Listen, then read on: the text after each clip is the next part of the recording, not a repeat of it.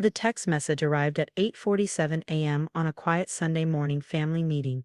Our house, 2 p.m. sharp, non-negotiable. I was reviewing acquisition reports in my home office when my father's message lit up my phone. The group chat showed everyone had already responded with thumbs up emojis. My older brother Marcus, my younger sister Emma. Even my Aunt Patricia, who rarely attended family gatherings. Taking a slow sip of my coffee, I studied the modern skyline through my penthouse windows. The message wasn't surprising. Marcus had lost his fourth job in 2 years last week. This time from the prestigious investment firm where Dad had pulled strings to get him hired. I'd been waiting for the fallout. My phone buzzed again. A private message from Emma. "You know what this is about, right? Marcus showed up at Mom and Dad's yesterday with all his stuff. Sarah kicked him out." Of course she had. My sister-in-law had finally reached her breaking point after finding Marcus's secret credit card statements. He'd blown through their savings, maxed out their cards and taken loans against their house, all to feed his gambling addiction that the family pretended didn't exist. I texted back a simple "I'll be there," and returned to my reports. The newest acquisition, a landmark hotel in the business district, had just cleared regulatory approval. I had meetings tomorrow with the management team to discuss the renovation plans. But today apparently, I had a family crisis to handle. At 1:55 p.m., I pulled into my parents' circular driveway in my 10-year-old Honda Civic. The car was my personal rebellion against family expectations. They all drove luxury vehicles they could barely afford. Image was everything to the Thompsons. Marcus's BMW was conspicuously absent, but his designer luggage was piled by the front door. Good old Marcus, still keeping up appearances even while homeless. I straightened my deliberately ordinary blazer and knocked. "Oh honey, you're here." Mom pulled me into a jasmine-scented hug. Her diamond tennis bracelet caught the light, the one she'd guilt-tripped Dad into buying last Christmas despite their mounting debt. "Everyone's in the living room." I followed her through the marble foyer. I'd secretly paid to have renovated last year when their insurance claim was denied after a pipe burst. The family money had dried up long ago, but they maintained the facade through creative accounting and my anonymous financial interventions. The living room fell silent as I entered. Dad sat in his leather armchair like a king holding court. Marcus slumped on the sofa, designer shirt wrinkled, eyes red. Emma perched nervously on the ottoman while Aunt Patricia fanned herself with a magazine. "Sit down, Alexandra," Dad commanded, using my full name, never a good sign. "We need to discuss a family matter." I took the uncomfortable straight-backed chair, crossing my ankles like Mom had drilled into me at finishing school. "I assume this is about Marcus's situation. Your brother is going through a difficult time," Mom interjected, wringing her hands. The tennis bracelet sparkled. "We need to come together as a family. Alexandra," Dad leaned forward. "You have that big house all to yourself. 4 bedrooms, 3 baths, that lovely backyard." I kept my expression neutral. The house was my cover story. A modest but comfortable property I'd bought in an up-and-coming neighborhood. They had no idea about my penthouse or the other properties. "Marcus needs a fresh start," Dad continued. "Somewhere to get back on his feet. We've decided he'll move in with you. Not a request, a decree." Classic Thompson family dynamics. "Absolutely not," I said calmly. The room erupted. Mom gasped. Emma looked away. Aunt Patricia muttered ungrateful under her breath. "This isn't a discussion," Dad thundered. "He's your brother. Family takes care of family." I studied Marcus, who hadn't said a word. "Does Sarah know you're planning to move in with me?" He flinched. "Sarah doesn't get a say anymore. She's filing for divorce." "Can't imagine why," I murmured. "Alexandra," Mom scolded, "your brother has lost everything. His job, his marriage, his home. Due to his own choices," I pointed out. "The gambling, the lies, the stolen money. We don't discuss such things," Mom hissed. "Of course not. We never discuss the real problems in this family." Dad slammed his hand on the armrest. "Enough. Marcus moves in with you. End of discussion. He'll have the master bedroom. It has the best view." I almost laughed at the absurdity. "No, young lady," Dad's face reddened. "I won't have this defiance. The decision is made." Actually, I opened my briefcase. "We should discuss something else first." I pulled out a thick folder. Property deeds, bank statements, company records, 5 years of carefully hidden success, while they dismissed me as the family disappointment who worked in computers. "What's this?" Dad demanded. Documentation, I said, laying out papers on the coffee table. Of who actually owns this house. The room went deadly silent. What are you talking about? Mom's voice quivered. This is our house. It's been in your father's family for generations. It was, I agreed. Until the bank foreclosed 3 years ago due to missed payments. When it went to auction, my company bought it, along with most of the properties in this neighborhood. They stared at the deed showing clear ownership by Phoenix Development Group, my holding company. That's impossible. Dad sputtered. We never missed any payments. Because I covered them through a series of anonymous wire transfers, I said. Just like I paid for the new marble foyer, Mom's medical bills last year, and Emma's grad school tuition. Emma's head snapped up. What? I spread out more documents. I've been keeping this family afloat for years while you all lived beyond your means. The cars, the vacations, the country club memberships, all subsidized by the disappointment who works in computers. But you live in that modest house, Mom stammered. That's one of over 200 properties I own in this city, I said. My company Phoenix Development is the largest commercial real estate developer in 3 states. That computer job you mock. I'm the CEO. Marcus had gone pale. The Phoenix Group, they just bought Stellar Industries. Yes, the company that fired you last week. I own that now too. I turned to Dad. Still want to dictate my living arrangements. The silence was deafening. Years of condescension, dismissal, and control were crumbling in front of their eyes. Why? Mom whispered. Why didn't you tell us? Would you have believed me? You were all so convinced I was failing, so invested in the family narrative. It was easier to let you think that while I built something real. But we're family, Dad protested weakly. Yes, we are, and family takes care of family, but not through enablement. I gathered the documents. Marcus won't be moving in with me. Instead, he's going to rehab for his gambling addiction. I've already arranged it. I won't, Marcus began. You will. I cut him off. Or I'll stop covering the mortgage on this house. Your choice. I stood, smoothing my ordinary blazer. The family meeting is over. We'll talk again when Marcus completes treatment. Oh, and Dad.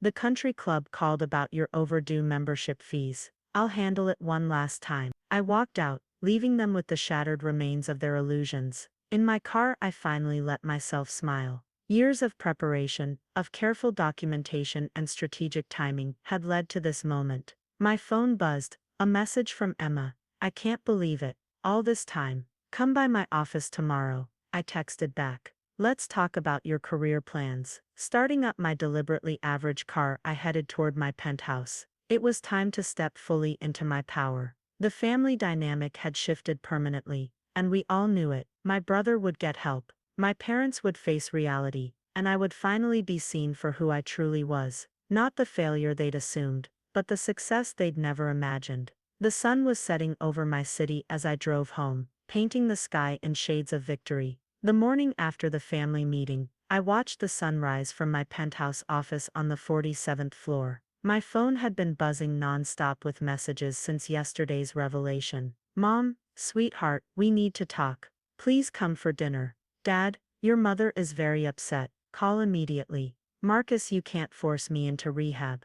I don't have a problem. Emma, still coming by your office today. I have so many questions. I responded only to Emma, sending her the address of Phoenix Development's headquarters. The others could wait. 20 years of their dismissive treatment had taught me patience. At 9 a.m. sharp, my executive assistant buzzed. Miss Thompson, your sister is here. Send her up, Maria. Emma's heels clicked on the marble floor as she entered, her eyes widening at the view. Holy, this is really yours. The entire building, I confirmed, gesturing to a chair. Coffee? She sank into the Italian leather, looking shell-shocked. I still can't believe it. All these years you were while we were building an empire, while you all thought I was failing. Yes, I poured her coffee from my private bar, but that's not why you're here. Emma clutched the porcelain cup. Marcus showed up at my house at midnight. He was drunk, ranting about you trying to control him. Said Dad's going to handle it. I pulled up the security feed from our parents' house on my tablet.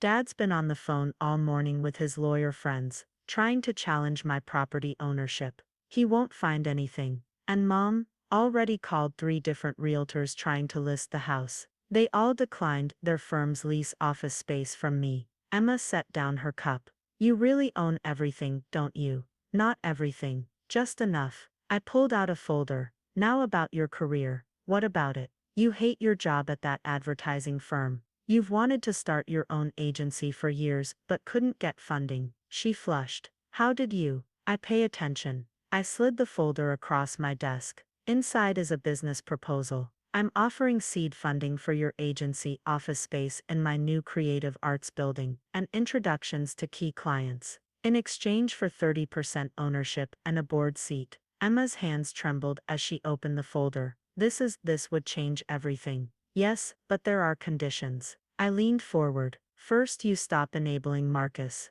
No more secret loans. No more covering for him with Sarah. How did you know about? I know everything, Emma. The $50,000 you borrowed against your house to pay his gambling debts. The calls to Sarah begging her to take him back. It stops now. She looked away. He's our brother, and he needs real help, not enablement. Which brings me to condition 2. You support my rehabilitation plan for him. Dad will never agree. Dad's not in charge anymore. I pulled up another document on my tablet. Remember that trust fund grandfather left you? The one Dad's been managing. Emma went pale. What about it? It's empty. Dad used it to cover Marcus's debts 2 years ago. He's been sending you fake statements. No, she shook her head. He would. I turned the tablet to show her the proof. I've already transferred the full amount plus interest into a new account in your name. One Dad can't access. Emma's hands clenched. Why didn't you tell me sooner? You weren't ready to see the truth about this family. Are you now? She stared at the business proposal, then at the trust fund documentation.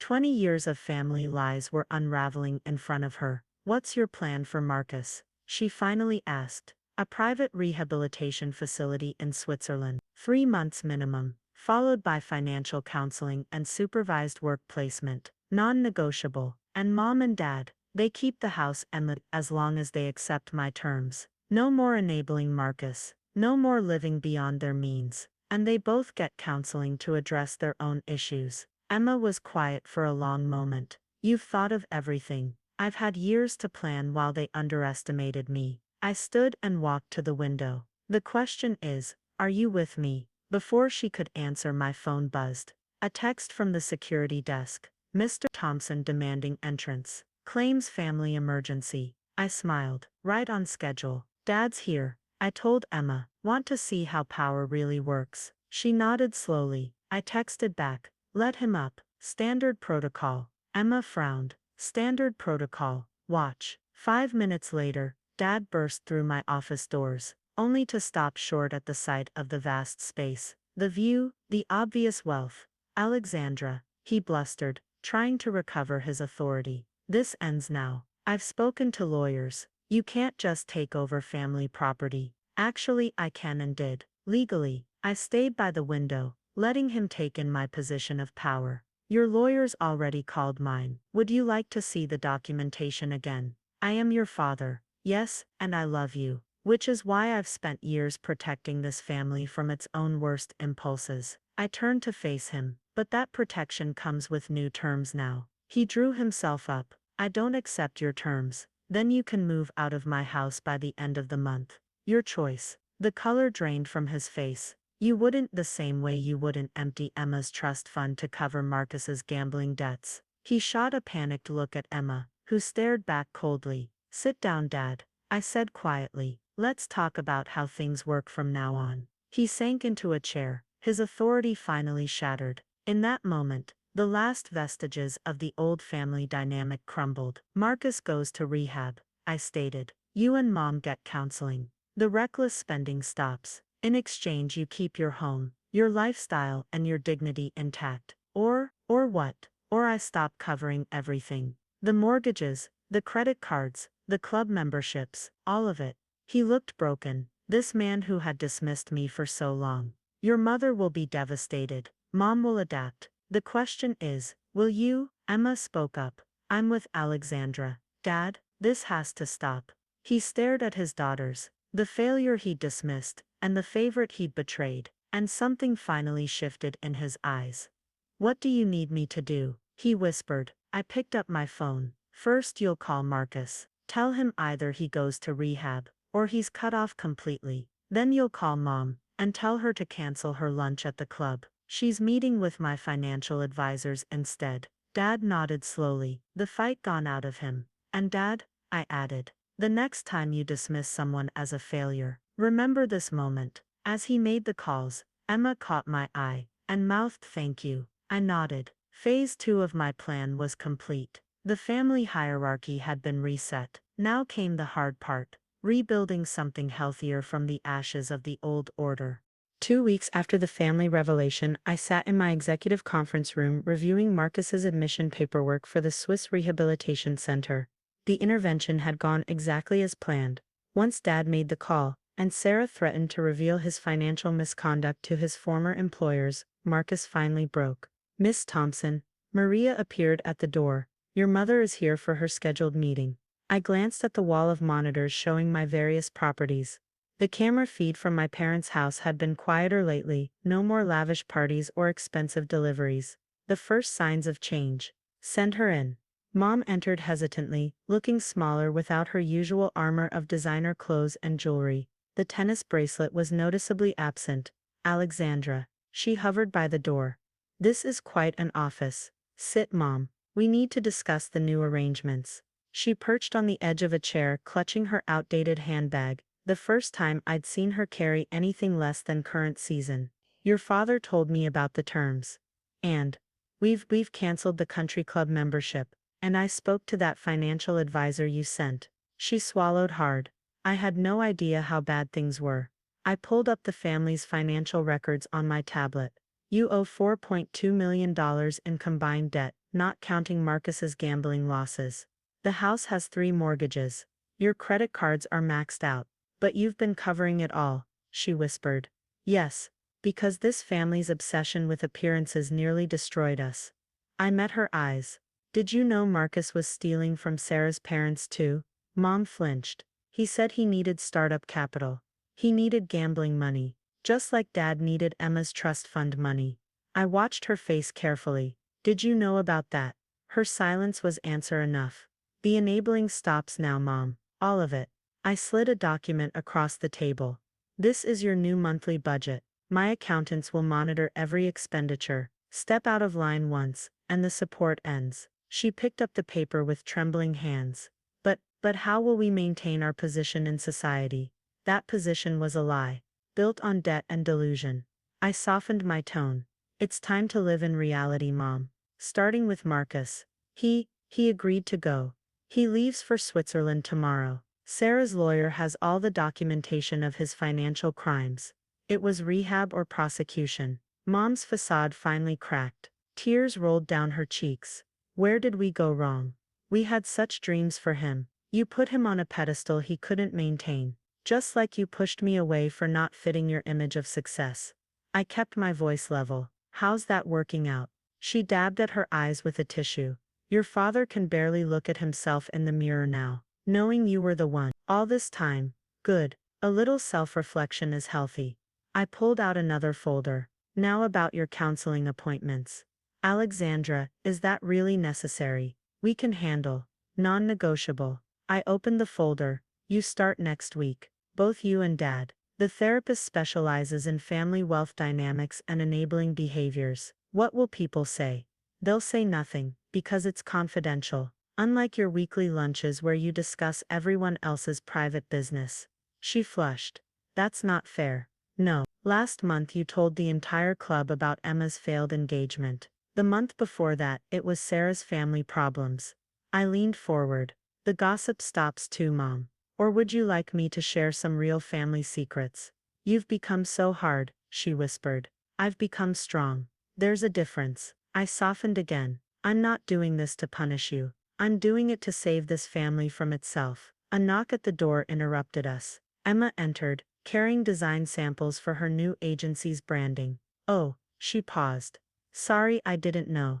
Stay, I said. Mom needs to see what healthy success looks like. Emma set her materials on the conference table. In the 2 weeks since our meeting, she'd transformed, confident, focused, free from the family's toxic expectations. How's the agency planning going? I asked. Emma smiled. Amazing. The space in your creative arts building is perfect. And those client introductions. I already have 3 major contracts pending. Mom watched our interaction with dawning comprehension. You're helping Emma start a business. I'm investing in her talent. I corrected. Because she earned it. No manipulation, no enabling, no false appearances. Emma met Mom's gaze. Alexandra showed me my empty trust fund account. The real one. Mom flinched again. But she also showed me how to build something real. Emma continued. No more family lies. Speaking of lies. I pulled up another document. Let's discuss your secret credit card, Mom. The one you've been using to buy Marcus gifts in rehab. Her face went pale. How did you? I own the bank. I turned the screen to show her the transactions. 3 designer watches shipped to Switzerland, directly violating the rehabilitation center's rules. He said he needs to face reality. Like you do. I began canceling the orders. Your private accounts are now frozen. All spending goes through my accountants. This is imprisonment, she protested weakly. This is intervention. Emma's voice was firm. Look what enabling did to my trust fund. To Sarah's family. To Marcus. Mom's shoulders slumped. 2 weeks of restricted spending and mandatory financial counseling had begun cracking her carefully constructed world. What do you really want, Mom? I asked quietly. The appearance of success, or an actual healthy family. She stared at her hands. The absence of her tennis bracelet stark. I don't know how to be anything else. That's why you're starting therapy. I pulled out a final document. This is your new weekly schedule. Counseling, financial planning, and family mediation. Plus volunteering at the women's shelter. Volunteering. She looked startled. It's time you saw how the real world lives. Maybe gain some perspective. Emma touched Mom's arm. I'll go with you. I'm doing design work for their website. Mom's lip trembled. You two are so together. When did that happen? When we stepped out of the shadows of this family's expectations. I said. Now it's your turn. My phone buzzed. A text from the rehabilitation center. Marcus had arrived safely and surrendered his phones and credit cards. Marcus is checked in. I told them. The real work begins. Mom started crying again. But these tears felt different. Cleansing rather than manipulative. I'd like to see him, she said softly. After 30 days of compliance with all conditions, I replied. Including therapy and financial restrictions. She nodded slowly. And your father has his first counseling session tomorrow, followed by a meeting with my board of directors. Why the board? Because he needs to see me in my full professional capacity. No more little girl playing business. Emma gathered her design samples.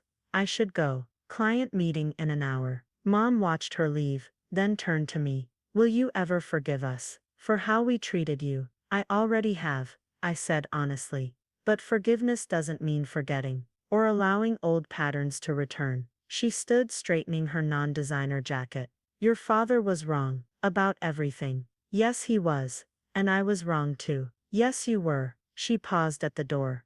Alexandra, thank you for not letting us destroy ourselves. After she left, I turned to the window, watching the city I'd quietly come to own, while my family dismissed me. Phase 3 was complete. The old foundations were fully demolished. Now we could begin rebuilding something real. 6 months after the family revelation, I stood in my penthouse hosting our first real family dinner. Not the artificial showcases of wealth from before, but something genuine. Marcus had completed his rehabilitation program and 3 months of supervised work training. He sat at the table in a simple button-down shirt, 90 days sober, looking healthier than he had in years. Emma's advertising agency was thriving, her natural creativity flourishing. Now that she was free from family pressure, she'd even reconciled with Sarah, who came to dinner with their children. My niece and nephew seeing their father clean for the first time in years. Mom and Dad arrived last. 6 months of therapy, financial restrictions and reality checks had transformed them. Mom wore a modest dress, her signature jewelry replaced by a simple necklace Emma had given her. Dad had lost the imperious bearing, carrying a homemade dish rather than expensive wine. Everything looks lovely, Alexandra, Mom said without the artificial social flourish she'd once affected. Thank you, I gestured to the table. Sarah helped with the arrangements. My former sister-in-law smiled. After Marcus's treatment, she'd agreed to family counseling. They weren't reconciling romantically, but they were learning to co-parent effectively. Before we eat, Dad cleared his throat. I'd like to say something. The old tension briefly flickered through the room, but his next words surprised me. 6 months ago, I sat in Alexandra's office, broken and humiliated. My son was an addict, my finances were in ruins, and my youngest daughter, whom I dismissed for years, turned out to be the most successful of us all. He met my eyes. I've spent these months in therapy, confronting hard truths about my pride, my enabling, my need to control through money and status. Marcus shifted uncomfortably. Dad turned to him. Son, I failed you, not just by enabling your addiction, but by raising you to value appearance over substance, by teaching you that money meant worth. Dad, Marcus started. Let me finish. Alexandra didn't just save this family financially, she saved us from ourselves, from the toxic patterns I created. Mom wiped a tear. 6 months of volunteer work had stripped away her social veneer, revealing genuine empathy. Alexandra, Dad continued, I'll spend the rest of my life trying to make up for how I treated you. But I want you to know, I've never been prouder of anyone than I am of you right now. The words I'd waited decades to hear. But now, they weren't what mattered most.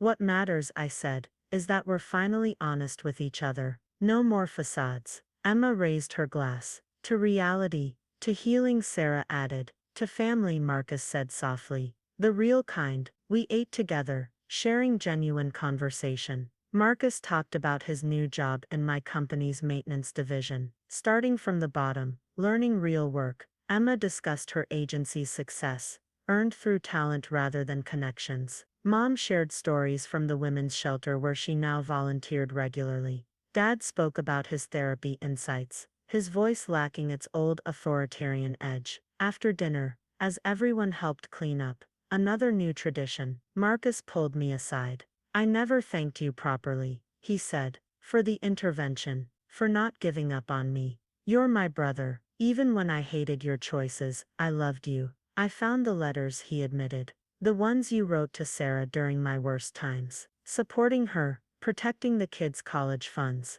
making sure they had everything they needed, while I gambled away their security. I met his gaze. They're your children. I wasn't going to let them suffer for your mistakes. You were the only one who ever told me the truth, even when I didn't want to hear it. He pulled out his 6-month sobriety chip. This is as much your achievement as mine. No, I corrected him. Your sobriety is yours. You did the work, because you gave me no choice. Sometimes love means hard choices. From the kitchen, we heard laughter, Mom and Sarah sharing a joke while loading the dishwasher. 6 months ago, that would have been unthinkable. Do you remember, Marcus asked, when we were kids, before all the pressure and expectation?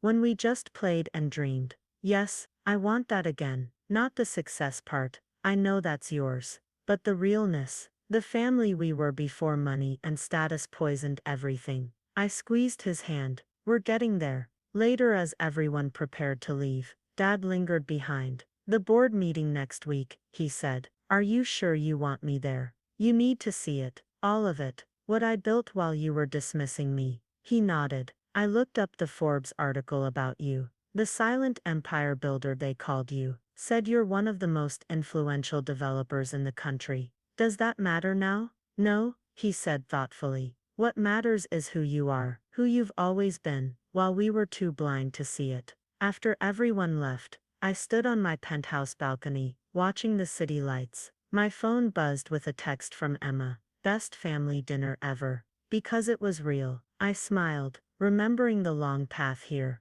The years of dismissal that fueled my drive. The quiet accumulation of power while they underestimated me. The careful preparation for the moment of truth. But mostly I thought about transformation. How sometimes breaking something completely was the only way to rebuild it stronger. My phone buzzed again. A message from the family group chat, now used for actual communication instead of performance and pressure. Mom, thank you all for tonight, for giving us another chance. Marcus, 6 months sober, couldn't have done it without you all. Emma, Family movie night next week. My place, Sarah, will bring popcorn. Tor brought a joke about mom's old insistence on gourmet everything dad. Love you all. Really, I typed love you too. The real you. Looking out over my city, I felt the last piece click into place. The empire I'd built wasn't just in real estate. It was in truth, in boundaries, in genuine connection. The silent power I'd accumulated hadn't just bought buildings. It had bought a chance to break the cycle, to forge something authentic from the ashes of pretense. And that, more than any property or portfolio, was my greatest achievement. The end.